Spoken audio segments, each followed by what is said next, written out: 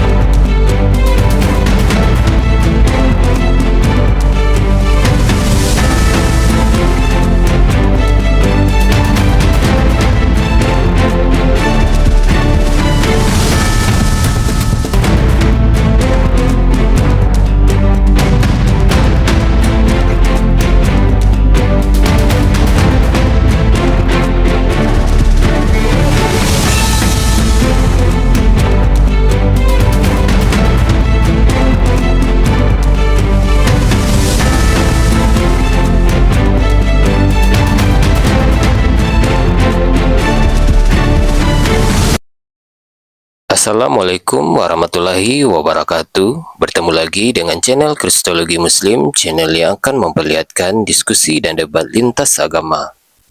Pada kesempatan hari ini, semoga kita semua dalam keadaan sehat walafiat, selalu diberikan kesehatan, dan segala macam urusan dilapangkan, dipermudahkan, dan dilancarkan seperti apa yang diharapkan, dan juga diberikan segala kecukupan ekonomi, rezeki yang melimpah yang tidak pernah habisnya dari Allah Subhanahu wa Ta'ala.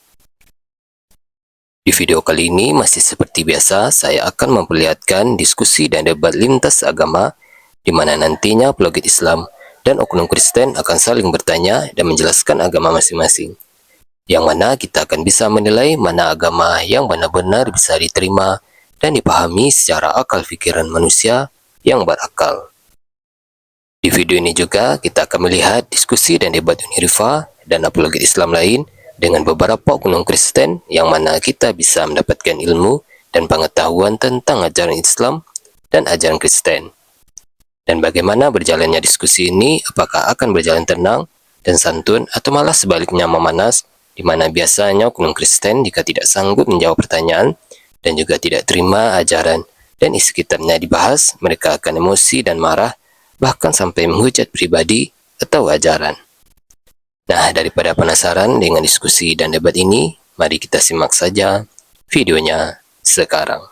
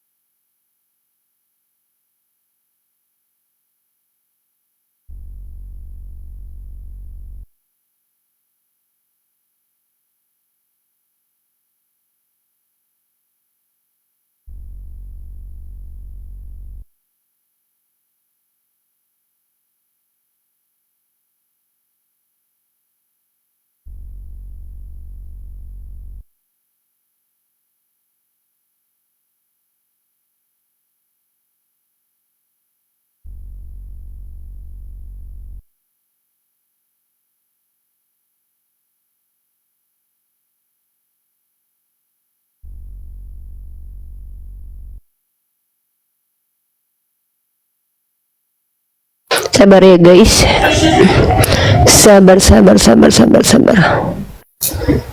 Gitu ya.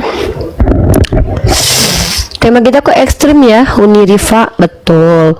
Ini diksi yang sangat ekstrim ya. Kalau kita mempertanyakan ini memang sangat berat. Kenapa? Karena kalau ada yang mengakui bahwa nabi-nabi Israel itu cabul, maka secara tidak langsung mengatakan bahwa nabi-nabinya tidak punya ini.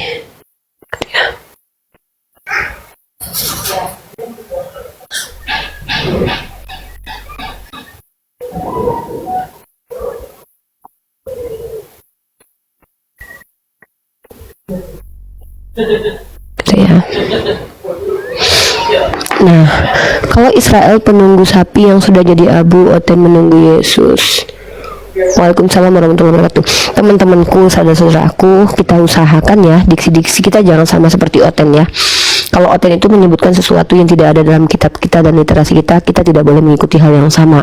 Di dalam kitab mereka itu ada tertulisnya adalah 100 istri ya. Nanti barang siapa yang meninggalkan istri anak itu akan mendapatkan 100 kali lipat. Tidak ada tertulis mereka dapat 72 pesundal. Tetapi dalilnya adalah dalam kitab mereka itu pesundal-pesundal lebih dulu masuk ke dalam kerajaan surga. Menurut pandangan mereka pesundal itu bertobat walaupun tidak tertulis secara eksplisit seperti itu ya. Nah, jadi kalau kita mau meretorikakan memang bisa blunder ya di situ teman-teman kita Kristen, tapi tetap kita harus bersikap adil nih. Ketika mereka menghujat agama kita tanpa ada dasar, kita tidak boleh melakukan hal yang sama, oke? Karena buat apa sih kita membalas sakit hati kita dengan cara melakukan hal yang sama seperti yang mereka lakukan? Nah, tugas kita adalah mengedukasi publik dengan memberikan literasi dan cara berpikir yang benar menurut pandangan agama masing-masing. Kalau dalam kaidah beragama memang ada namanya sisi subjektif ya. Memang seperti itu, namanya juga beragama. Karena agama ini dianut oleh orang-orang yang berbeda, maka tentu saja ada perbedaan pandangan antara agama satu dengan agama lain. Seperti itu. Nggak hujat, nggak makan dari hasil hujat. Maaf, kami bukan penghujat, kami adalah pendebat. Dan yang didebat pun lihat dulu nih, kami mendebat pemahaman yang keliru tentang agama kami, bukan mendebat agama kalian. Saya tekankan sekali lagi, saya tidak mendebat kalian doktrin agama kalian ya. Saya hanya mendebat apa-apa yang kalian selewengkan. Misal tertulis di kitab kalian apa, lalu kalian jelaskan apa, itu bisa saya debat ya. Atau kalian menjelaskan agama saya tidak sesuai dengan kaidahnya, itu pun saya bisa debat. Atau kalian menjelaskan agama kalian tidak sesuai dengan kaidah agama kalian, itu saya bisa debat. Tapi kekeliruan kalian, ketidakpahaman kalian tentang apa yang kalian imani untuk menjadi ke diri kalian sendiri, bagi saya tidak peduli itu.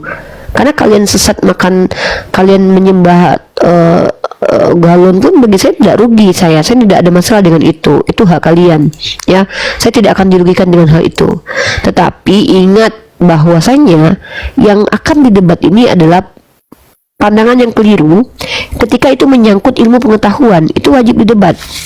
Karena kalau tidak didebat, nanti orang akan salah mengikuti yang salah itu gitu loh ya, seperti itu.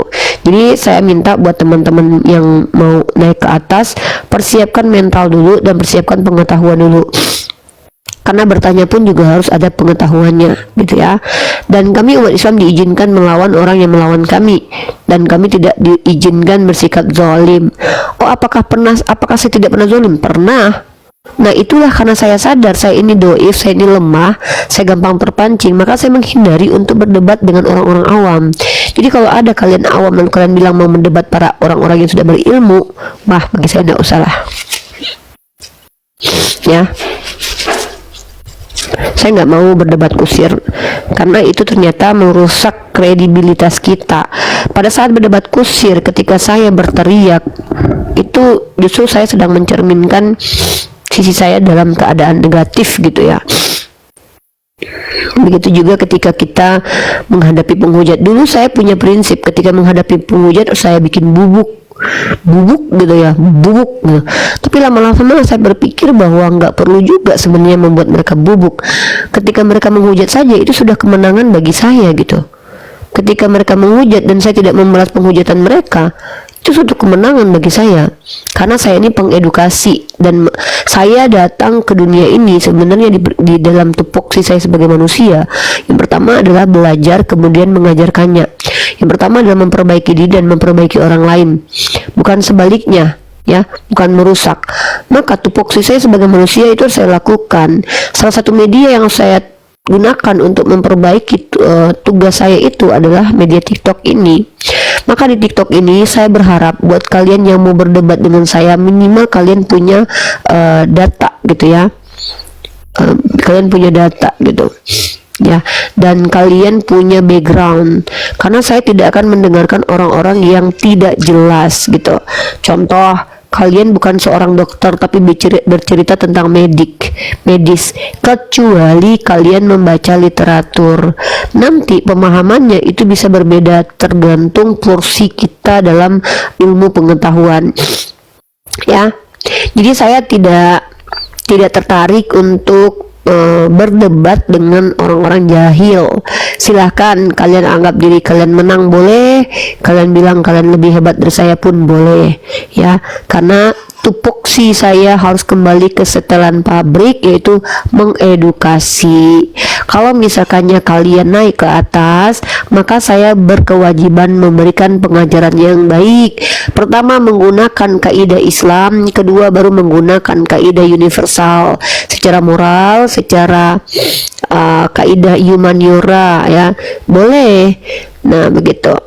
Jadi silakan Kristen naik bertanya, silakan naik bertanya, dan saya insya Allah akan menjawab jikalau saya mampu menjawabnya.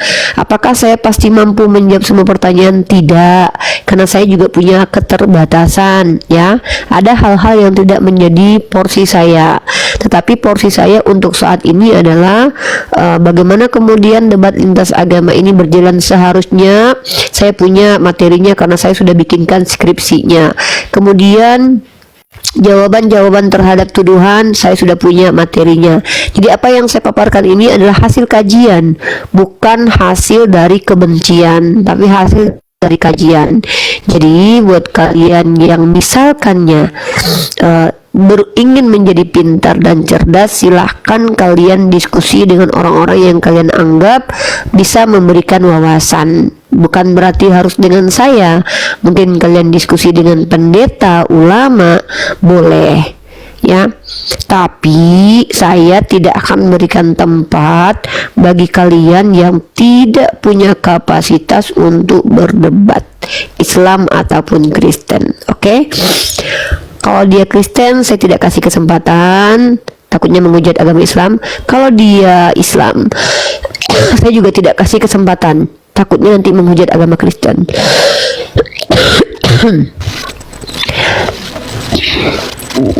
Halo Asam, agamanya apa?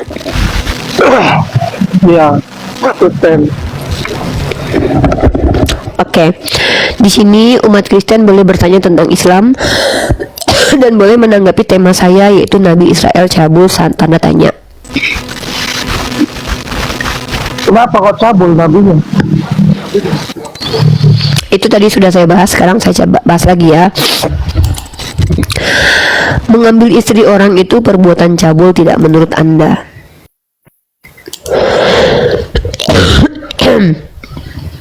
Menurut Anda, saya tanya Anda dulu deh. Menurut Anda mengambil istri orang itu perbuatan cabul atau tidak? Cabul. Nah, Daud itu ngambil bini orang, cabul nggak dia? Kok bisa? Ya makanya di dalam kitab Anda, Daud mengambil istri orang. Dalam kitab 2 Samuel pasal 12, dia mengambil Batseba, lalu kemudian mengirim suami Batseba ke medan perang untuk mati dan menikahi istri orang tersebut. Cabul nggak itu? Emang nggak ada perempuan lain apa zaman dulu? Ya, saya bukan nggak ada perempuan lain, justru Daud itu sudah diberikan Tuhan bini orang, masih juga ngambil bini orang. Makanya saya bilang, nabinya Israel kok cabul dalam kitab itu, kan nabi-nabi kalian. Enggak, itu maksudnya kalau cabul begitu ngapain jadikan nabi gitu loh. Ya makanya saya tanya sama kalian, kenapa kalian mengakui bahwa Daud itu nabi di kitab kalian, di kitab para rasul? Kalian, kalau di kami Nabi Daud tidak pernah mencabuli siapapun. Makanya di Islam itu Nabi Daud itu dipuji oleh Allah dan Nabi Muhammad bahwa beliau adalah orang yang paling bisa menahan hawa nafsunya, yaitu orang yang gemar berpuasa Daud. Jadi nggak ada di dalam Islam itu kami mengimani Daud itu. Daud versi Islam dan versi Israel sama, beda menurut kamu ya?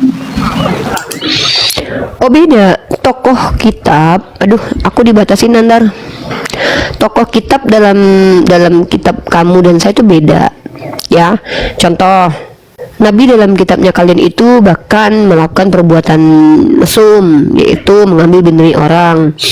Dan kemudian di dalam kami, Daud dalam perspektif kami adalah orang soleh yang bahkan dia sanggup berpuasa 1 hari menahan hawa nafsunya, 1 hari puasa, 1 hari berbuka, namanya puasa Daud.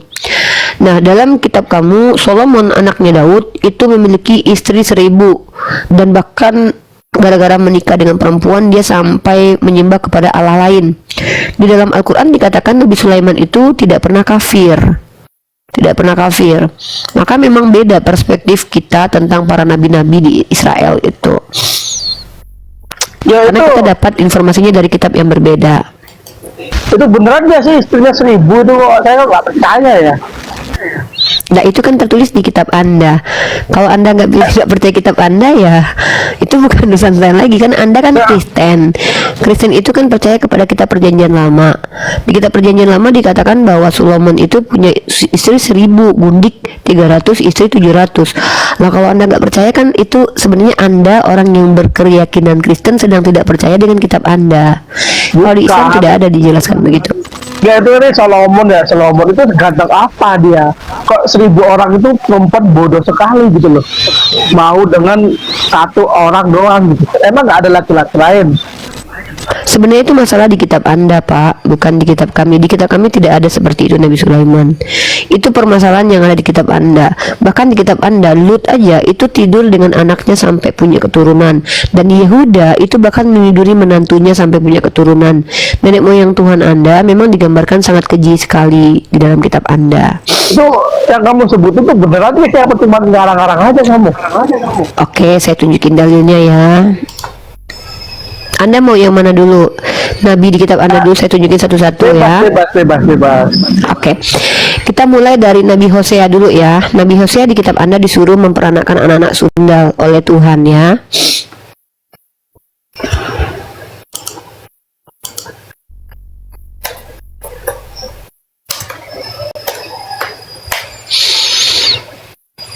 Anda silakan ikut membuka, Pak, biar nanti tidak terjadi fitnah di antara kita. Kalau Anda bisa buka, kalau perlu Anda catat ayatnya supaya Anda baca lagi ya. Dalam Hosea pasal 1 nomor 2, Tuhan berfirman untuk memerintahkan Hosea bersundal. Nabi Hosea loh.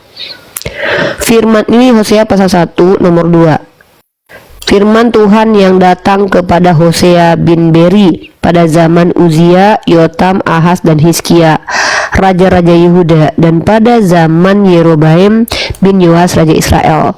Nih, ketika Tuhan mulai berbicara dengan perantaraan Hosea, berfirmanlah ia kepada Hosea, pergilah kawinilah seorang perempuan sundal dan peranakkanlah anak-anak sundal. Tuh,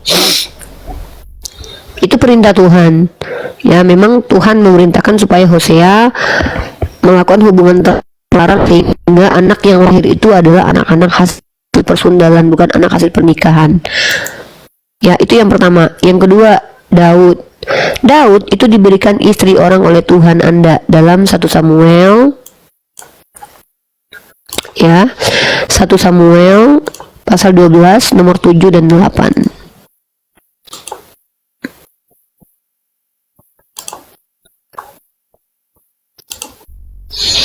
Ya, 2 Samuel pasal 7 dan 8.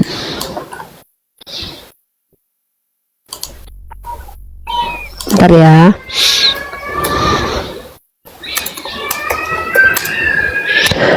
Dua Samuel pasal 12, ayat ke-7 dan 8. Nah, Bapak sering baca Bible nggak? Nggak pernah. Pak Asem sering baca. Bapak Kristen Protestan atau Katolik? Protestan. Oke, ini Bapak baca ya. Ini kitab 2 Samuel nih. Saya tahunya ke 2 gereja. Samuel pasal 12. Oh iya. Ini saya bantu Bapak untuk tahu kitab Bapak karena saya pembaca kitab Bapak ya. Kemudian berkatalah Nathan kepada Daud, engkaulah orang itu, beginilah firman Tuhan Allah Israel, akulah yang mengurapi engkau menjadi raja atas Israel, dan akulah yang melepaskan engkau dari tangan Saul. Telah kuberikan isi rumah tuanmu kepadamu dan istri-istri tuanmu ke dalam pangkuanmu. Ya, aku telah memberikan kepadamu kaum Israel dan Yehuda, dan seandainya itu belum cukup, tentu kutambah lagi ini dan itu. Justru Daud itu diberikan istri-istri orang oleh Tuhan Anda kepada Daud sendiri, begitu. Nah, makanya temanya adalah Nabi Israel ini apakah betul-betul cabul? Masalahnya adalah kecabulannya itu bahkan adalah perintah Tuhan gitu loh. Dan apakah Anda mengakui ini gitu? Kalau benar isinya begitu ya, saya tuh gak akan terima. Saya terimanya yang baik-baik aja. Gimana Berarti menurut itu- Anda sekarang? Berarti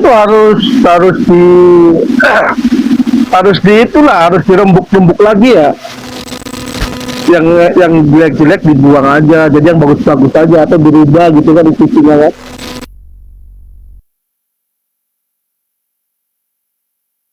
Maksudnya yang menurut Anda jelek dibuang gitu. Astagfirullah. Enggak, maksudnya ya kalau isinya begitu ya mulai harusnya diganti aja. Jadi yang positif-positif aja isinya. Emang boleh begitu Pak? Ya kalau menurut saya sih ya, kalau menurut saya pribadi ya boleh-boleh aja. Soalnya kan itu kan udah gak masuk akal logika ya. Betul. Oke. Tapi kan itu dianggap kitab suci Pak.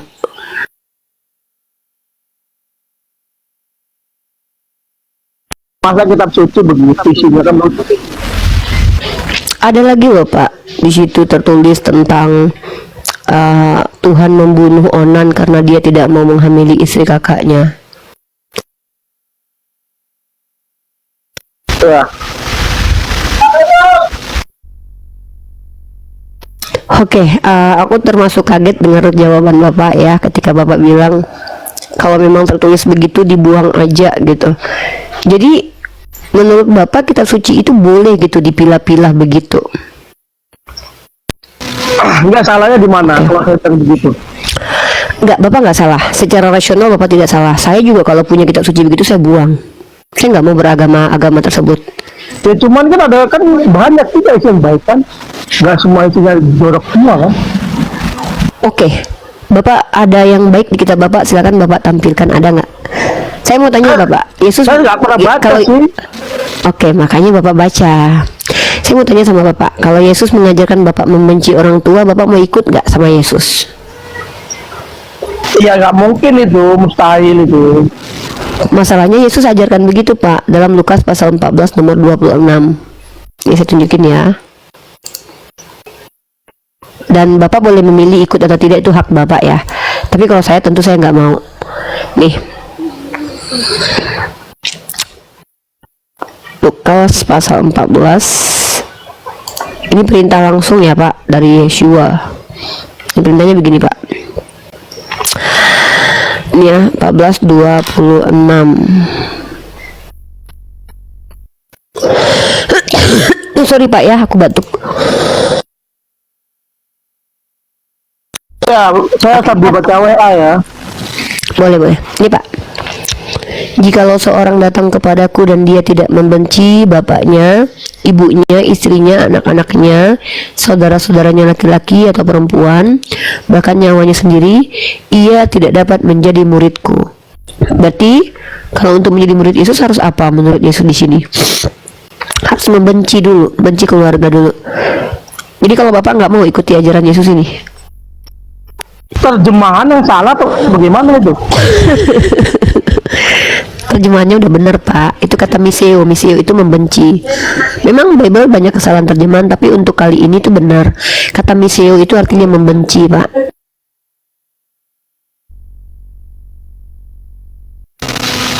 Enggak, masa iya Tuhan sendiri suruh benci orang tua kan nggak mungkin kan. Makanya bapak baca kitab bapak, biar bapak tahu ya, jangan mau dikibulin sama pendeta. Coba bapak ini aja, bapak baca sendiri, bapak belajar sendiri, bapak baca Lukas 14:26 ya.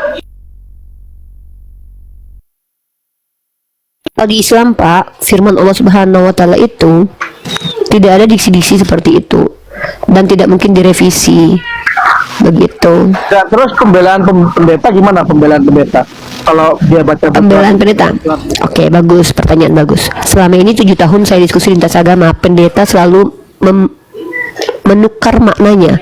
Kata membenci itu dimaknai dengan meninggalkan, padahal membenci itu dengan meninggalkan beda. Nah ya, beda. Sementara di situ dikatakan membenci sama dengan meninggalkan. Pendeta mempelintir kitab suci sendiri untuk membela keyakinannya, gitu. Bahkan ada yang mengatakan itu perumpamaan. Itu salah secara ilmiah Pak, secara tekstual. Karena di situ tertulisnya adalah membenci. Barang siapa yang tidak membenci ibunya, bapaknya. Bahkan ada pendeta yang mengatakan bahwa oh iya, kita kalau ikut Yesus harus meninggalkan keluarga. Pertanyaannya, benar nggak kita harus meninggalkan keluarga kalau untuk ikut Tuhan? Bukannya Tuhan mengajarkan kita untuk lebih mencintai keluarga? Seharusnya kan begitu. Ini pembelaan para pendeta. Tapi Bapak boleh pilih lah. Ya mudah-mudahan Bapak tercerdaskan, tercerahkan di sini. Bapak kembali pelajari kitab Bapak. Bapak silakan diskusi dengan para pendeta kalau Bapak tidak percaya kepada saya. Nah, kalau Bapak ingin tahu dari pandangan Islam, saya insya Allah akan menjelaskan bagaimana Al-Quran itu berbeda banget lah dengan Bible. Kalau Bapak misalkan ingin tanya tentang Islam, boleh tanya ke saya, silakan Pak. Saya sih nggak minat sih ya kalau mau gabung ke agama Islam ya, karena berat buat saya, kerjaan saya full ya. Saya nggak mungkin saya sholat sampai 5 waktu gitu, berat sekali buat saya itu. Kalau sehari sekali nggak apa-apa lah. Memang betul Pak, sholat bagi orang-orang yang mengejar dunia itu berat, padahal dilakukan tidak sampai 5 menit. Dan tidak ada gerakan di dalam sholat itu yang membuat kita rugi sebenarnya. Justru Bapak, saya kemarin itu ya sama saudara saya, Bang Milo, itu lihat kaji tentang alat ukur jantung Pak. Alat ukur jantung itu diletakkan di jari ya Pak ya. Ketika seseorang itu sholat Pak, waktu dia berdiri kecepatan jantungnya itu kencang. Ketika dia sujud Pak, jantungnya istirahat. Sebenarnya sholat itu justru menguntungkan Bapak supaya membuat jantung Bapak itu bisa istirahat sekali-sekali. Karena kalau jantung Bapak dipaksa kerja terus, Bapak lama-lama bisa sakit jantung. Sholat itu adalah perintah Allah supaya kita dapat keuntungan dari itu. Maka orang yang bersujud kepada Tuhan, pertama hatinya itu tidak sombong, karena dia tahu bahwa kepalanya itu diletakkan ke bawah, bahwa dia bukan siapa-siapa. Dan kemudian untuk kesehatan itu ternyata bagus sekali. Nah, bagi Bapak itu hal yang merugikan. Kenapa? Karena Bapak mengejar dunia gitu. Makanya ada Tuhan dan ada agama supaya manusia itu tidak kebablasan Pak. Islam hadir untuk membentengi, untuk memberi batasan supaya Bapak tidak melampaui batas. Kayak Bapak kerja 24 jam nggak memikirkan kesehatan Bapak, ujung-ujungnya Bapak mati, duit terkumpul, yang menikmati duit Bapak orang lain. Tapi dalam Islam ketika kita mencari uang, mencari rezeki, itu betul-betul untuk kebutuhan kita, sehingga pada saat kita diberikan waktu untuk istirahat itu bercerita kepada Tuhan, berdoa kepada Tuhan. Secara psikologi kita sehat, secara jasmani pun kita sehat. Sebenarnya sholat itu tidak mengganggu dan tidak merugikan.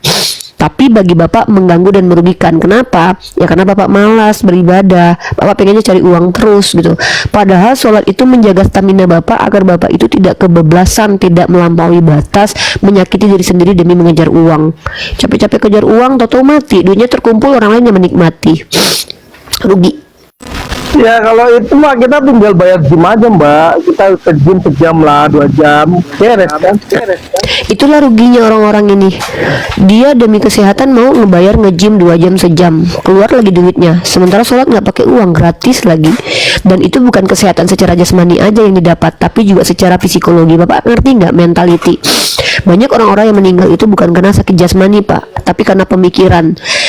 Dalam ranah psikologi, bukan psikologi ya, saya baru dapat kemarin itu pengetahuan, ternyata kalau orangnya sedang marah dikasih air wajahnya itu calm down langsung, marahnya tuh langsung turun. Nah, di dalam Islam kami sebelum sholat kami berwudu dulu.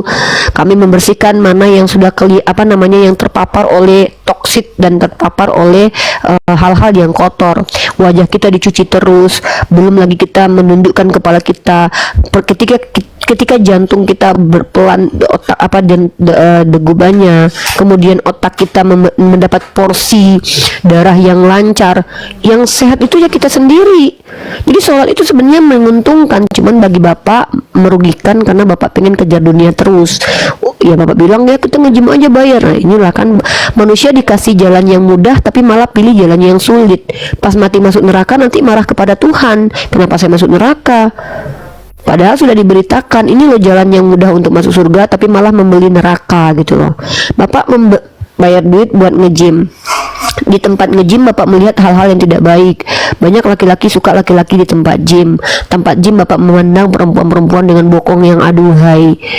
Bapak lebih memilih nge-gym ketimbang suruh sholat. Padahal sholat cuma 5 menit aja, nggak nyampe. Kadang orang sholat itu normalnya kadang ada yang nggak 5 menit. 5 menit itu udah pakai doa dan udah pakai zikir terkadang. Tapi bagi bapak sulit. Padahal bapak tidur siang juga kadang butuh. Inilah kenapa bantahan manusia itu menyampakkan dia ke neraka. Kenapa? Allah memberikan kemudahan, dia malah pilih kesukaran. Padahal apa yang diberikan Allah itu bagus untuk dirinya sendiri. Tapi bapak tidak memilih itu karena bapak malas beribadah. Nanti suatu saat ketika bapak sudah mulai pada titik kehancuran, baru bapak menyesal. Waduh, nyesel saya dulu begini, kalau tahu mah begitu, saya nggak mau begitu gitu. 25 menit satu hari, 5 kali 5 menit kali 5, cuman 25 menit waktu bapak berbicara dengan Tuhan, meminta kepada Tuhan gitu. Ibadah itu bisa di itu nggak sih? Bisa dirapel nggak sih? Misalnya bisa situasi kondisinya dulu sekali Pak. aja gitu, sehari sekali aja kita rapel semua loh. Sebenarnya bisa, tapi situasinya membolehkan dulu. Contoh mengkodok sholat. Bapak boleh mengkodok sholat. Mengkodok sholat itu maksudnya bapak sholat di bukan waktunya. Kalau bapak ketinggalan sholat subuh ketiduran, itu boleh dikodok.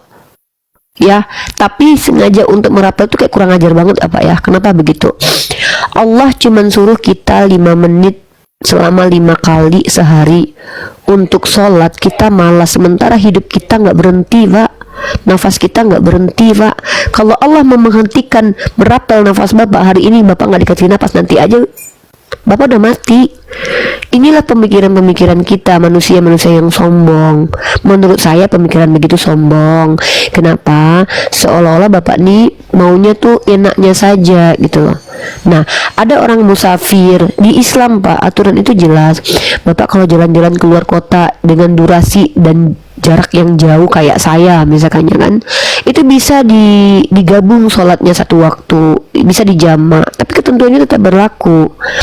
Dan bapak, saya bingung ya, bapak nge-gym keras, kerjanya sakit badannya, mau, tapi sholat yang tidak merusak, tidak mengganggu, sangat mudah dilakukan. Dan itu pada saat itu juga menghentikan kita dari aktivitas yang melelahkan. Bapak lihat orang-orang di Jepang, mereka banyak yang depresi karena ya kerja tanpa henti. Kita hanya jeda untuk berhenti dan mengingat kepada Tuhan atas nikmat yang diberikan. Bagi bapak itu kayaknya nggak make sense. Inilah kenapa saya katakan penting agama itu untuk kesehatan psikologis dan kesehatan jasmani kita, agar kita juga teratur kehidupannya. Tapi bapak lebih memilih untuk tidak seperti itu. Sementara bapak Kristen, di kitab bapak Tuhannya begitu. Bapak tahu nggak di kitab bapak, Tuhan bapak pernah membunuh anak kecil dalam 2 Samuel pasal 12 nomor 15. Tuhan membunuh anak kecil karena bapaknya berzina. Yang berzina Nabi Daud, yang dibunuh adalah anak hasil zinanya.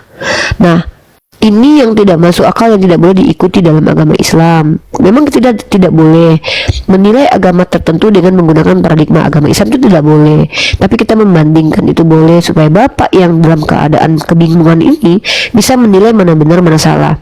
Apa sih ruginya jadi orang Islam Pak? Apa ruginya jadi Islam ketika Allah bilang sholatlah karena sholat itu mencegah dirimu dari perbuatan maksiat? Saya kasih analogi simpel deh Pak. Bapak pernah kerja di kantor nggak? Halo Pak, Bapak pernah kerja di kantor gitu? Pak Asem. Bentar ada teman ini. Oke. Jadi teman-teman gini ya, orang yang sholat itu pasti tidak bermaksiat. Bukan berarti orang terlihat sholat pasti tidak bermaksiat, karena orang terlihat sholat belum tentu sholat.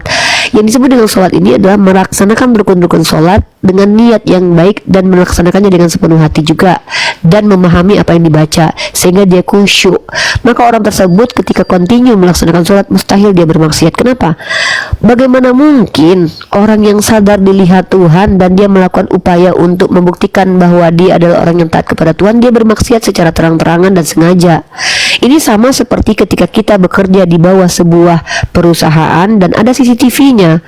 Ketika ada CCTV, kita sadar kita dipantau, berani ke kalian berbuat aneh-aneh? Nggak berani, karena kalian sadar kalian dipantau gitu loh. Sama, orang yang sholat dan benar-benar sholat, dia sadar kalau dia dipantau oleh Tuhannya. Bagaimana mungkin orang seperti ini yang sadar dipantau Tuhannya, dia bermaksiat? Makanya masuk akal ketika Allah katakan kalau kalian sholat, sholat itu mencegah diri kalian dari perbuatan maksiat. Ya karena apa? Orang yang sholat dia tahu kalau dia dipantau oleh Tuhan. Begitu. Itu rasional gitu. Jadi gimana nih Pak Asem, mau jadi ateis atau mau jadi Islam? Kalau jadi ateis nggak ada aturan, Bapak boleh menggauli ibu kandung Bapak karena nggak ada larangannya. Kalau jadi Islam, Bapak harus ikut aturan yang membuat Bapak betul-betul menjadi manusia, berbeda dengan hewan. Kalau Bapak jadi Islam, maka ada janji surga yang akan Bapak dapatkan ketika Bapak mati. Kalau jadi ateis, mungkin hidupnya mungkin ngikutin moralitas umum, tapi matinya ya masuk neraka gitu. Gitu ya Pak. Silakan buat teman-teman yang lain mungkin bertanya. Kita tidak bisa keras kepada Pak Asem karena beliau baru tahu tentang kitabnya sendiri. Telah sampailah dakwah kepada Pak Asem. Nah kalau dia menolak maka barulah dia dikatakan kafir. Kalau selama ini dia tidak mendapatkan informasi tentang agama, yang salah adalah kita. Kita tidak melaksanakan dakwah kita kepada beliau. Dan kalau seandainya Pak Asem sudah mendengarkan dakwah dari umat Islam lalu dia menolak, maka dia yang salah, bukan kita. Ada kewajiban berdakwah kepada kita baik personal, dalilnya Quran surah An-Nahl 125. Maka dengan inilah kita membuka koma-koma diskusi supaya siapapun yang tidak tahu menjadi tahu. Nah Pak Asem ini disibukkan mengejar dunia, dia tidak pernah bertanya agama, dan kita pun tidak mendakwahi dia karena kita adalah orang yang kadang tidak mau mengambil beban tanggung jawab itu.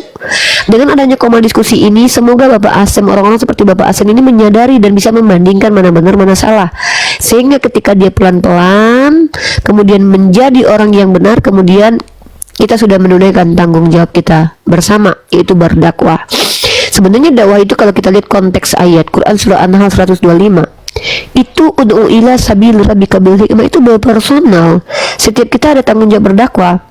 Nah tetapi metodenya boleh beda. Contoh nih, saya dan Bang Milo saling support. Saya yang berdakwah, Bang Milo yang bagian mensupportnya dari sisi keuangan. Nah begitu ya, itu beda lagi tuh. Jadi Bang Milo dia tetap berdakwah karena dia membiayai orang berdakwah. Bang Milo, wallahu a'lam bishawab gitu. Halo Zulfikar Gultom, silakan agamanya apa? Saya Kristen Kak. Oke, silakan. Di sini tema kita Nabi Israel cabul tanda tanya, dan kita sudah tunjukkan datanya. Ternyata memang ada nabi-nabi cabul dalam Kristen. Kamu boleh membahas tema ini, kamu boleh bertanya apa saja tentang agama saya. Kalau saya bisa jawab, saya jawab. Kalau saya tidak bisa menjawab, saya akan carikan itu sebagai PR buat saya. Kalaupun saya tidak mampu menjawab, saya akan katakan saya tidak mampu menjawab. Oke Zulfikar, saya menghindari berdebat dengan orang-orang awam untuk saling menghargai, dan saya menghindari untuk terpancing dari kemarahan kalian. Seperti itu. Silakan Zulfikar Gultom. Ada yang mau disampaikan, bertanya atau menjelaskan, boleh. Gini Kak, kalau Kakak bilang Nabi Israel itu cabul, sebenarnya itu sih klaim sepihak itu. Kenapa? Karena pertama Kakak menjelekkan Israel. Nah Israel nggak ada hubungannya nih dengan Kristen. Iman Kristen bahkan nggak ada menjelekkan tentang Israel, Yahudi dan lain-lain kan gitu, apalagi tentang Islam. Nah saran saya, coba Kakak fokus ke hal yang lebih baik aja gitu. Jangan mencari duit dengan menjelekkan agama Kristen seperti itu sih. Kalau misalkan Maaf, saya nggak cari duit ya. Sorry, ini udah nyerang pribadi nih. Kalau Anda Enggak, bilang saya saya jarang cari duit, pribadi. maaf, sebentar. Ini sudah mendiskreditkan saya nih. Di sini saya mengedukasi bukan cari uang. Saya tidak perlu cari uang, uang datang mencari saya. Maaf ya, Dek ya. Nah, tadi tuduhan juga saya harus luruskan. Saya tidak pernah menjelekkan Israel. Israel itu Nabi Yakub, dia salah satu nabi mulia dalam agama saya. Yang saya katakan adalah Nabi Israel ini, Nabi Bani Israel cabul dalam kitab Anda. Saya tunjukkan, ini bukan perspektif pribadi. Anda tahu tidak, Hosea itu nabi nggak menurut Anda? Ya, saya tadi sudah Menurut baca. Ada yang kakak jelaskan. Ya, saya tadi. tanya, Hosea Oke. itu nabi, nah saya tanya dulu, Hosea itu nabi Israel nggak, bro? Saya tidak mau berdebat ya, saya mau meluruskan. Menurut Anda, Hosea itu nabi tidak? Iya, terus ada Nah, apanya? ketika Hosea diperintahkan memperanakan anak-anak sundal, memperanakan anak-anak sundal itu perbuatan cabul atau perbuatan mulia? Silakan dijawab, bro. Coba di mana tertulis, Kak? Nih, Hosea pasal 1 nomor 2. Ketika Tuhan mulai berbicara dengan perantaraan Hosea, berfirmanlah ia kepada Hosea, pergilah, kawinilah seorang perempuan sundal dan peranakanlah anak-anak sundal. Pertanyaan saya, perintah Tuhan kepada Nabi Hosea untuk memperanakan anak-anak sundal itu perintah berbuat baik atau berbuat mesum? Silakan dijawab. Dia kan di situ kan firmannya, Kak, menikahi, bukan berbuat zina, kan? Betul nggak? Apakah kalau seseorang menikahi itu anak hasil pernikahan itu bisa dikatakan anak-anak sundal? Makanya dibaca baik-baik kitabnya. Peranakanlah anak-anak sundal. Kalau anak dilahirkan, kalau memperanakan anak-anak sundal itu bukan hubungan pernikahan. Kalau hubungan pernikahan, maka tidak mungkin anaknya dikatakan anak-anak sundal. Kan tadi kan dijelaskan di awal itu kan dijelaskan kawinilah perempuan sundal. Iya, kamu tahu arti kawin nggak? Kawin itu bukan lahirkanlah anak-anak sundal. menikah. Artinya ada yang melahirkan anak. Bro, Nggak ada yang saya sekali. tidak mau berdebat dengan orang nggak paham perbedaan antara menikah dengan kawin. Ya, kakak yang Menikah berdebat. itu ada proses. Saya nggak- Astagfirullahalazim. Saya ini Kakak sedang sama saya, menjelaskan bahwa Bro, saya sedang meluruskan cara berpikir Anda. Nggak perlu. Anda mengatakan, ya udah ngapain naik ke atas kalau nggak perlu? Iya, kan kakak bertanya sama saya jelaskan. Makanya kan kakak Saya bilang, bertanya, menurut Iya. Anda, mengawini pesundal dan memperanakan anak-anak sundal itu perbuatan baik atau perbuatan buruk? Itu saja kok. iya, tapi kan saya sudah jelaskan tadi. Tapi kakak Apa? mendebat. Kakak bilang tadi tidak mau berdebat. Tapi saya jelaskan kakak berdebat. Artinya kakak ngajak Anda debat. menjelaskan apa? Saya bertanya kepada Anda dan Iya, Anda jawaban saya itu simpel. menggelintir kita. Kan ada Apa kata-kata kata Anda tadi? kawinilah. Artinya kan menikah. Oke. Ya udah selesai. Gak ada yang salah. di Siapa situ. bilang kawin sama dengan menikah? Kawin itu berhubungan seksual. Menikah itu adalah prosesi untuk dapat berhubungan Jadi kalau- seksual. Mengerti nggak? Oke, saya jawab ya. Saya kasih waktu ya. Oke. Menikah sama kawin aja nggak bisa bedain nih orang. Ada nggak dalam apa namanya ijab kabul saya kawinkan? Itu saya maksudnya Saya nikahi. berhubungan dalam- Tidak ada. Saya Tidak, nikahi. Saya Anda adalah nikahkan. anak saya. Saya nikahkan. Ini kenapa nih orang kok maksa dia ini? Terus Sudahlah dia kenapa yang ada salah. mas Oke. kawin? Kenapa nggak mas nikah? Kenapa mas kawin? Iya mas untuk kawin. Karena kita kawin itu ada hubungan seksual setelah pernikahan. Kawin Ya, sama, seksual itu Kak. nanti setelah ada duluan mana kawin atau nikah? Walah, ini udah bahas masalah Nih, cabul. Kita kan ini cabul. nih, oke, loh, waduh, parah nih orang nih ya. Enggak, Ngerti kayak ini bahas- orang-orang begini bahasnya ini. kok Teman-teman, kemes-kemes saya gimana tidak tuh? membahas cabul dari tadi, lalu tiba-tiba Anda menuduh saya membahas cabul. Inilah Saya kenapa bertanya saya balik tidak ya. berdebat dengan orang jahil. Dengar dulu Ya udah, baik-baik. Kita ini selesai. orang Indonesia. Orang sudah Indonesia selesai. itu punya KBB belum selesai. Jangan gitu, jangan kabur. Kamu sudah bertanya menuduh balik, boleh? saya. Boleh kamu bertanya, tapi setelah saya jawab ini, inilah orang yang kepanasan ketika kebenaran terungkap.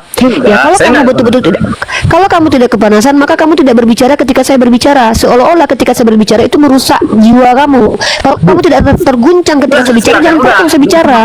Jadi udah diam kalau begitu. Saya di sini narasumber, bukan kamu. Kamu adalah orang yang berhak naik ke sini bertanya. Kamu baca ini, kawin itu selain maknanya membentuk keluarga dengan lawan jenis, bersuami Ya atau udah. beristri, menikah, sama juga dengan berkelamin. Maka ada penekanan antara kata menikah dengan berkawin. Kawin itu Iya. dipakai untuk binatang, menikah dipakai untuk orang. Kalau binatang tidak ada pernikahan. Kalau manusia ada namanya pernikahan. Ada Berarti, fase Kak, sebelum kalau dibilang kawin. mas kawin, Kalau mas- dikatakan mas mas, binatang gitu? boleh. Untuk binatang? Mas untuk Berarti bukan mas manusia yang menikah binatang. itu- Setelah menikah ada yang namanya kawin. Mas Iya, kawin harusnya itu mas nikah, adalah Kak. hubungan seksual. Iya, harusnya Yang mas ngatur nikah, kamu. bukan mas kawin dong. Kalau kata mas kawin itu kata dipakai untuk agama atau untuk tradisi? Kita bicara agama loh. Iya, kenapa agama Islam? Begini ya Zulfikar ya, saya tidak mau berdebat dengan orang yang membedakan nikah kawin aja udah nggak bisa, apalagi membedakan Tuhan dan manusia. Enggak, Silakan kamu aja bertanya dulu bedakan, selanjutnya mas ya. kawin. Kenapa enggak mas nikah? Itu aja saya tanya. Mas kawin itu bukan kata yang muncul dari Al-Quran dan hadis. Itu tradisi manusia yang memang mereka tidak bisa membedakan kawin dan nikah. Kenapa kata Kenapa kawin dipakai untuk binatang? Sekarang? Diam dulu. Islam mengatakan mas kawin mas nikah itu berarti kalaupun kawin boleh, nikah juga boleh. Bukan berarti berhubungan kelamin itu sama dengan nikah. Berhubungan kelamin itu kata yang dipakai adalah kawin. Berhubungan kelamin dipakai katanya kawin. Aduh nih orang nih kok gini banget ya. Logikanya Tidak begini. ada kata nikah dipakai untuk binatang karena binatang itu tidak proses. Logikanya. Diam dulu lah. Ini orang ini mengganggu loh. Bukan Kalau kau mengganggu. kau mengganggu saya menjelaskan, kau bertanya saya menjelaskan, kau ganggu saya.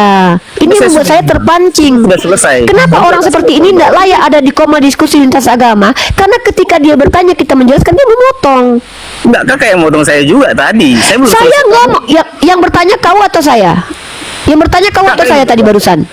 Kakak. Loh, barusan yang bertanya tuh kau. Kau yang Saya bertanya kepada saya kenapa orang Islam Enggak, pakai dasar saya itu kata Nabi. kawin.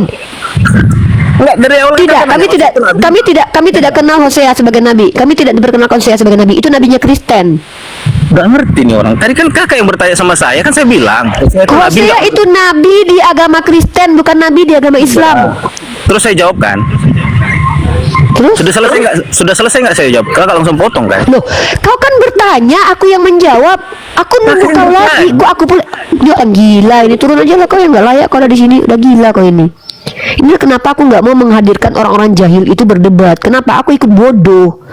Kau bertanya sama aku, Hosea itu nabi nggak? Di agama kau Hosea nabi, di agama aku nggak kenal Hosea. Lalu kau bilang kau potong, kan gila kau itu. Maka tolonglah seandainya kalian itu jahil, stop mempertontonkan kejahilan kalian di hadapan kami, karena aku takut aku ikut jahil bersama kalian.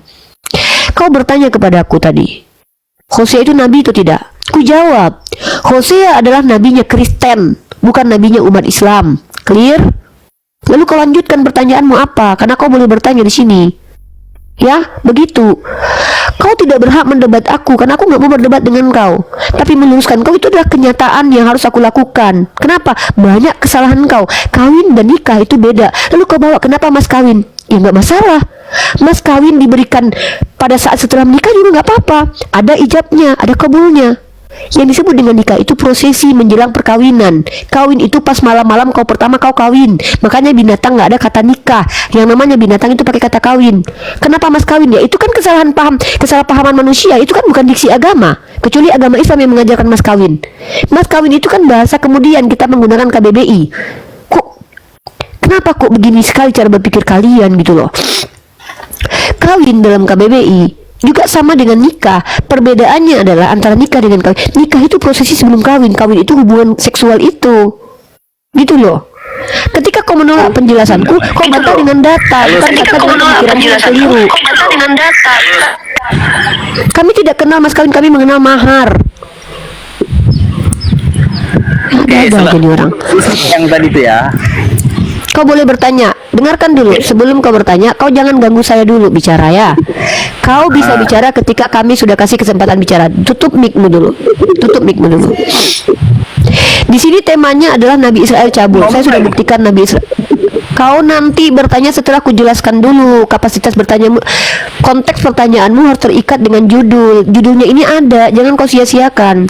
Judulnya adalah Nabi Israel itu cabul. Aku tunjukkan beberapa Nabi Israel yang cabul. Pertama Hosea, disuruh Tuhan untuk memperanakkan anak-anak sundal.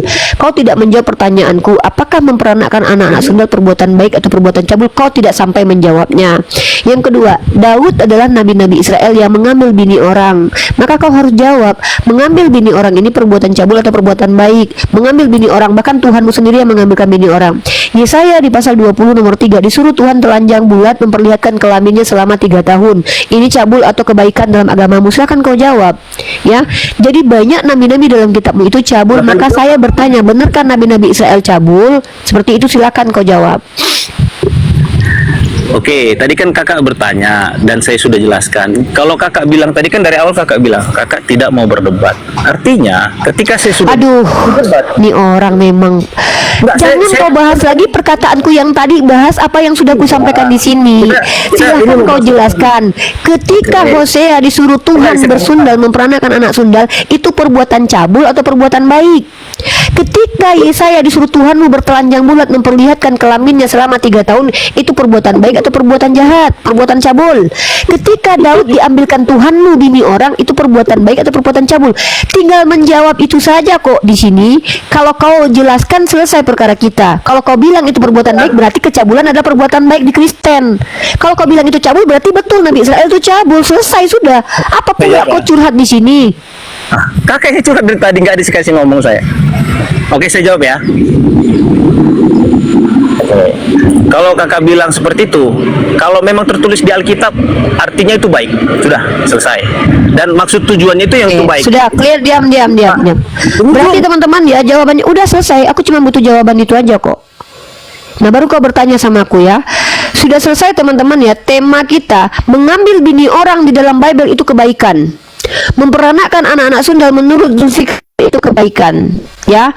Dan bahkan telanjang bulat, nggak pakai celana dalam selama 3 tahun, memperlihatkan kelaminnya gondal-gandul kemana-mana, itu kebaikan dalam agama Kristen. Clear? Selesai kita. Artinya ada perbedaan kebaikan parameter moral di dalam iman Islam dan Kristen. Jadi kalau suatu saat kalian lihat orang Kristen nggak pakai celana dalam, jangan bilang marah kepada mereka. Itu kebaikan di agama mereka. Kalau suatu saat orang Kristen mengambil bini orang, jangan kalian marah karena itu kebaikan.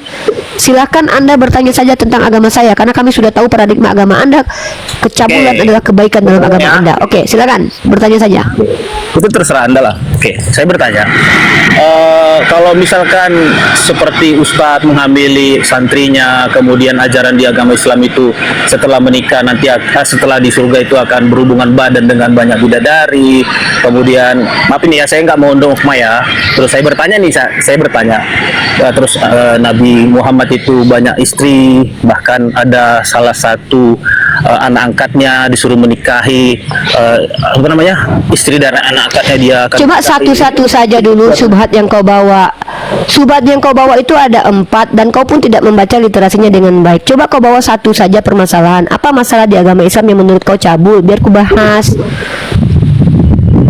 Kakak pun tadi banyak Apa yang ya, mau kau angkat? Karena aku pakai data, kau nggak pakai data. Aku pakai dalil, ku sebutkan Hosea pasal 1 ayat 2, Yesaya pasal 20 nomor 3, 2 Samuel pasal 12 nomor 7 dan 8. Aku bawa data, kau nggak bawa data. Ya. Kebanyakan kalian nggak bawa data. Artinya kalian tidak dapat dari penggalian dan pencarian, tapi kalian dapat dari omongan orang yang nggak jelas. Makanya aku suruh kau satu dulu biar aku tunjukkan datanya. Satu dulu dalilnya kau tanyakan sama aku, mana ajaran Islam itu yang cabul? Salah satunya mana? Iya, Muhammad banyak istrinya nggak? Oke, berarti menurut kau banyak istri tanpa berzina itu lebih baik berzina. Di dalam kitab kau ketika nabinya berzina itu dengan banyak bini itu nggak apa-apa. Tapi kalau Nabi Muhammad menikahi banyak istri berarti tanpa berzina itu buruk. Berarti standar agamamu mengatakan mengambil bini-bini. Aku membandingkan loh. Karena Iya. aku menjawab menggunakan perbandingan. Di dalam iman agamamu ketika Tuhanmu mengambilkan bini-bini orang, itu bukan sedikit loh bininya loh, bini-bini orang. Ini ketunjukan datanya ya. 1 Samuel pasal 12 nomor 7 dan 8 ya. Kita bandingkan dengan pernikahan Nabi Muhammad teman-teman ya. 1 Samuel pasal 12 nomor 7 dan 8, kita lihat bagaimana Tuhan yang umat Kristen mengambilkan bini-bini orang untuk dijadikan gundik Perjanjian baru, sama Kak. dalam. Jangan perjanjian lama. Nanti aku Perjanjian baru. loh, perjanjian lama ini bukan kitabnya orang Kristen. Perjanjian lama ini bukan kitabnya orang Kristen. Iya, tapi Ya sudah, panduan. aku lagi membahas kitab perjanjian. Kenapa kalian ini ketika aku bahas perjanjian lama kok jijik kali gitu loh? Aku lagi bicara kitab perjanjian lama kok. Sekarang Kenapa kita ini? bahas kalau ajaran Kristen namanya pengikut Kristus. Artinya kami ajaran-ajaran Kristen. Saya lagi. Ada nggak? Ini Tuhan dalam perjanjian lama ini Yesus bukan? Bukan. Yesus itu sang Oh firman. bukan. Oh berarti Tuhan dalam perjanjian lama ini Tuhan siapa ini? Bukan Tuhan berarti. Tuhanmu juga, Kak. Tuhan. Lu bukan ini najis banget punya Tuhan ngambilin bini orang. Nauzubillah min zalik. Semoga Tuhan Nauzubillah min zalik punya Tuhan yang loh, Oke, kok sekarang Yesus kamu- pula yang tadi kau bilang tadi bukan Yesus, kok bawa-bawa Yesus sekarang? Kamu Kita menjelekkan lagi nggak bawa Yesus kan? Saya tidak menjelekkan, saya hanya membacakan perangai Tuhan dalam perjanjian lama. Aku tanya dulu, Tuhan perjanjian lama ini Tuhanmu bukan? Tadi dari awal saya Saya dengar tanya kata sekali kamu lagi, berdebat. Tuhan di perjanjian lama ini Tuhanmu bukan? Ada di rumah. Oke ya, Saya tinggal ya. tanya bukan kau, bukan turun berdebat dengan orang seperti- turun kau, karena kau malu melihat Tuhanmu kelakuannya bejat. Turun kau. Saya sudah bilang saya tidak mau berdebat dengan orang bodoh. Tetapi orang bodoh seperti kau yang memaksakan kebodohan ku tampar, bukan lagi ku debat, ku tampar bolak-balik.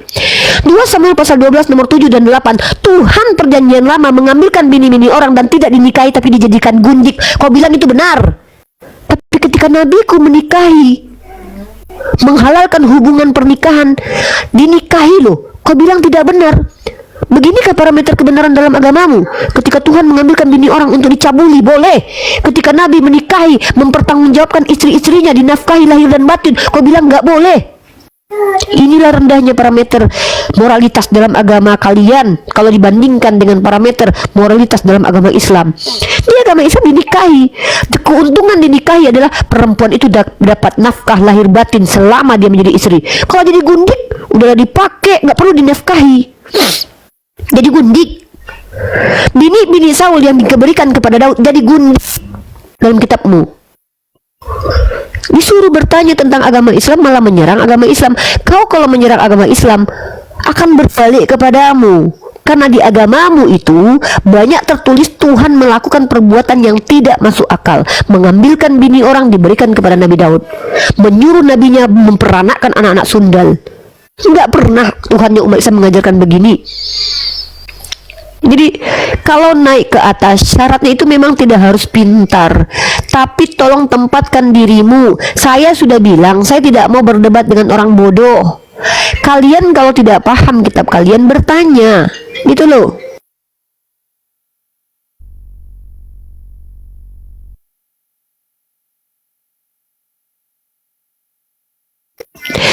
Kita ulas kembali jawaban saudara Kristen kita tadi. Ketika saya bertanya, saudaraku, tertulis dalam kitabmu Tuhan mengambil bini orang untuk Daud, apakah itu perbuatan baik atau buruk? Dia mengatakan itu perbuatan baik. Oke? Lalu ketika dia membandingkan Nabi Muhammad yang tidak mengambil bini orang, dia mengatakan itu termasuk perbuatan cabul. Artinya saudara kita Kristen ketika kepada agama kita keras, kepada agamanya dia bilang, oh itu tidak masalah. Ini namanya standar ganda. Nah tolong dengan bijaksana teman-teman Kristen, saya tidak mau berdebat dengan orang jahil, tapi saya harus meluruskan kalian yang keliru di komal-komal biar nggak disalahpahami oleh orang lain ya. Kita diskusi. Kalian sudah tua, bukan anak kecil lagi, jangan buat saya keras suaranya. Kalau kalian itu orang dewasa, harusnya kalian mendengarkan perkataan saya dengan baik dan benar. Kalau kalian anak kecil, boleh kalian melengos gitu, boleh. Kalian anak kecil, kalian sudah dewasa, hargai diri kalian sebagai orang dewasa, ya. Oke ya, teman-teman Kristen ya. Saya di sini meminta kalian supaya memberi edukasi dan juga mendapatkan edukasi. Kalian berhak dapat ilmu. Kalau bukan karena kami apologet ini rajin membaca kitab kalian, mungkin kalian tidak tahu Tuhan kalian pernah mengambil istri orang lalu diberikan kepada Daud. Kalau bukan karena kami umat Islam rajin membaca kitab kalian, mungkin kalian tidak pernah tahu kalau Hosea disuruh memperanakan anak-anak sundal. Kalau bukan karena kami rajin membaca kitab kalian, mungkin kalian nggak pernah diajarkan di gereja bahwa Yesaya itu pernah telanjang bulat selama 3 tahun. Makanya muncul pertanyaan dari kami yang membaca kitab kalian itu, apakah Nabi Israel itu cabul-cabul rata-rata? Itu yang kami tanyakan. Kalau kalian terganggu artinya kalian manusia. Kenapa? Tidak mungkin ketika kalian beriman kepada kitab suci yang di dalamnya ada Nabi itu cabul. Itulah kenapa kalian kritisi Nabi Muhammad. Kalian menganggap Nabi Muhammad menikahi Sayyidah Aisyah kan perbuatan cabul menurut kalian. Padahal itu tidak melanggar kode etik manapun, karena konteksnya adalah pernikahan. Yang kurang ajar itu, yang cabul itu adalah mengambil milik orang lain. Makanya ada aturan dalam kitab Torah, jangan menginginkan istri sesamamu. Tapi masalahnya Nabi dalam iman Kristiani yang bernama Daud itu justru ngambil bini orang. Dan bahkan Tuhan membiarkan, buktinya Tuhan tidak menghukum Daud. Seolah-olah ada pembenaran dari pengambilan bini orang ini. Maka pertanyaannya adalah, ini benar nggak firman Tuhan? Seperti itu loh. Supaya kalian bisa menyadari diri kalian itu, apakah ini firman Tuhan yang disalahpahami secara terjemahan, atau ini betul-betul firman Tuhan, memang Tuhannya begitu dulu, lalu Tuhannya bertobat kemudian dengan cara dibaptis di sungai Yordan, makanya dia jadi manusia. Bisa jadi Tuhan versi manusia lebih baik daripada Tuhan versi roh. Apakah Tuhan versi roh ini Tuhan yang biadab, kemudian sudah berjalan waktu dia bertobat jadi manusia, kemudian malah dia jadi manusia, dia jadi semakin baik? Apakah begitu konteksnya? Makanya muncul aliran Marsion. Marsion nggak terima Tuhan Perjanjian Lama ini adalah Tuhan, karena ini bejat sekali menurut mereka. Makanya mereka katakan Tuhan Perjanjian Lama adalah iblis, karena iblislah yang menjadi pembunuh sejak semula. Tuhan Perjanjian Lama banyak sekali membunuh. Nah, ini yang kita jadikan bahan diskusi supaya kalian tercerdaskan. Ada impact positif yang kalian dapatkan, bisa membandingkan mana agama yang benar, mana agama yang tidak benar, sehingga kalian selamat masuk surga. Kalian selama ini dijanjikan surga oleh pendeta, tapi pendeta tidak mau mengulas isi kitab suci kalian. Yang kalian tahu adalah barang siapa yang percaya kepadaku, akulah jalan kebenaran dan hidup, semua masuk surga. Mana ada begitu tertulis? Nggak ada tertulis bahwa Kristen pasti masuk surga. Matius 7:21 bahkan dikatakan tidak setiap yang memanggil aku Tuhan Tuhan masuk ke dalam kerajaan surga. Artinya surga itu bersyarat. Nah, kalian bersyarat, kalian masuk surga bersyarat, kalian sudah ikuti syarat masuk surganya menurut Yesus belum? Kalian hanya mengaku masuk surga tanpa mengikuti syarat. Kalian menyalahpahami syarat-syaratnya. Inilah keberadaan para apologet Islam untuk meluruskan kekeliruan kalian dalam berpikir. Bahkan kami mengkaji kitab kalian secara ilmiah. Gitu loh. Ya, naik ke sini bukan ngatur-ngatur kami, naik ke sini bukan menghentikan kami. Jangan ngatur pribadi saya. Kau harus begini, kau harus begitu. Siapa kau? Ya, di sini kita diskusi dengan tema yang sudah ditentukan. Betulkah Nabi Israel itu cabul? Kalau betul silakan, kalau tidak silakan kita berbeda. Menurut saudara kita tadi yang kita dapatkan konklusinya adalah perbuatan cabulnya Hosea yang diperintahkan Tuhan, perbuatan mesum Daud dan juga nabi-nabi di Israel itu sesuatu yang benar dan baik menurut saudara kita tadi. Jadi umat Islam jangan pernah salahkan kalau ada orang Kristen ngambil bini orang, karena itu pernah dicontohkan oleh Nabi Daud. Jangan salahkan kalau suatu saat mereka pergi ke tempat prostitusi dan punya anak dari situ. Kenapa? Itu pernah diperintahkan kepada Hosea. Ya, jadi kalau mereka mencontoh itu jangan marah. Pegang aja bini kalian biar bini kalian nggak diambil sama mereka. Ya, hati-hati aja kalian. Hati-hati aja kalian punya bini cantik. Jangan dekat-dekat dengan orang-orang yang punya dogma seperti ini. Karena nanti bini kalian diambil, mereka kan sudah aman itu. Ya, seperti itu. Oke, baik teman-teman yang di YouTube, seperti yang saya janjikan tadi, saya tidak mau lebih dari 1 jam diskusi di YouTube. Cukup 1 orang, kita bahas 1 strike to the point. Teman-teman sudah melihat kenyataannya, saudara kita Zulfikar tadi aneh, menganggap perbuatan cabul nabi-nabi Israel mengambil bini orang itu sah, tapi Nabi Muhammad menikahi istri-istrinya tidak sah. Inilah yang namanya standar hantu belau ya. Standar hantu belau. Oke, kita close yang di YouTube Mesia X Uniriva. Teman-teman jangan lupa di subscribe YouTube Mesia X Uniriva ya. YouTube Mesia X Uniriva ini punya program Mesia ya, punya miliknya program Mesia. Riva MOW masih milik saya sedikit ya. Kalau saya sudah ini nanti aman dinafkahi, nanti seluruhnya baru untuk program Mesia ya. Kalau untuk sementara kadang saya ambil juga untuk kebutuhan saya. Begitu ya. Begitu, bersedekah itu bukan ketika kita kaya teman-teman. Bersedekah itu justru ketika kita takut dalam keadaan miskin, maka berikanlah pada waktu itu. Allah yang akan menjaminnya, akan diberikan 700 kali lipat. Gak usah khawatir, gak usah takut, itu sudah saya praktekkan, saya sudah mengalaminya. Ini handphone ini contohnya nih. Saya dapat handphone baru, harganya beberapa kali lipat karena saya memberikan handphone lama saya kepada orang yang mau berdakwah juga ya. Dan akhirnya saya dapat handphone yang lebih mahal, lebih baru, lebih update gitu ya. Oke ya. Mungkin itu dulu yang bisa saya sampaikan teman-teman untuk tema kali ini ya. Diskusi kali ini dengan saudara kita Kristen. Nanti saya kasih judul sesuai dengan isi konten. Wabillahi taufik wal hidayah. Assalamualaikum warahmatullahi wabarakatuh. Saya akhiri diskusi dan debat para apologet Islam yang telah memberikan kita ilmu dan pengetahuan tentang ajaran Islam dan ajaran Kristen. Semoga ilmu yang kita dapat dari diskusi dan debat ini dapat membentengi kita dari pemutatan, yang mana pada saat sekarang banyaknya misionaris-misionaris mencari muslim yang awam untuk dimurtadkan. Saya akhiri video ini. Terima kasih kepada saudara-saudari muslim semua yang telah mengikuti diskusi ini sampai habis. Sampai ketemu lagi dan nantikan video-video diskusi dan debat apologet Islam selanjutnya. Assalamualaikum warahmatullahi wabarakatuh.